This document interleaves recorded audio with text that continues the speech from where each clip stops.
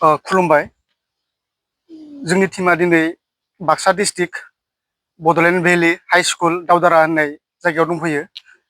आदाया जोंखौ फन खालामबाय थानानै लेंहरबाय थादोंमोन साननैसो सिगां, बेनिखायनो दिनै आदाखौ दसे समबाबो लोगो हमफैदों।